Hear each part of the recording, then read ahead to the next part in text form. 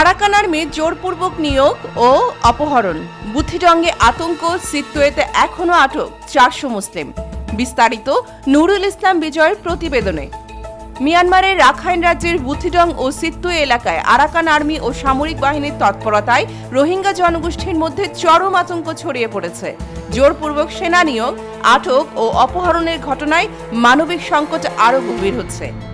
রোহিঙ্গা ক্যাম্পের সূত্রের বরাতে জানা গেছে, বুথিডং টাউনশিপের বিভিন্ন ওয়ার্ড ও গ্রাম থেকে 330 জন রোহিঙ্গাকে আরাকান আর্মির সামরিক বাহিনীতে যোগ দেওয়ার নির্দেশ দেওয়া হয়েছে। লক্ষ্যমাত্রা পূরণ না হলে পরিবারগুলোকে গ্রেফতার ও শাস্তির হুমকি দেওয়া হচ্ছে। এতে আতঙ্কিত হয়ে অনেক পরিবার বাংলাদেশে পালিয়ে যাওয়ার প্রস্তুতি নিচ্ছে বলে জানা যায়। সিত্তোয়েতে এখনও আটক প্রায় 400 মুসলিম। সিত্তোয়ে শহরে মিয়ানমারের সামরিক বাহিনী এখনও প্রায় 400 মুসলিম বেসামরিক নাগরিককে আটক করে রেখেছে বলে অভিযোগ করেছে রোহিঙ্গা ক্যাম্পের বসবাসরত রোহিঙ্গা নেতারা।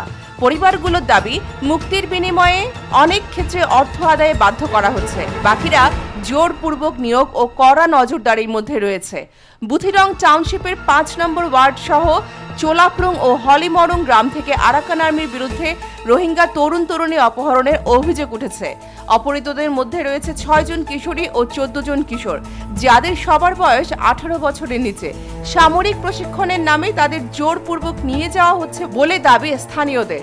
এলাকা জুড়ে পরিস্থিতি থমথমে। বেসামরিক নাগরিক ও শিশুদের নিরাপত্তা নিশ্চিত করতে মানবিক সংস্থা ও আন্তর্জাতিক সম্প্রদায়ের জরুরি হস্তক্ষেপ কামনা করেছেন স্থানীয় বাসিন্দা ও রোহিঙ্গা কমিটির নেতারা। এছাড়াও গত 27 জানুয়ারি আরাকান আর্মির মিয়ানমার থেকে ছোড়া গুলিতে টেকনাফের 2 কিশোর আহত হয়েছে।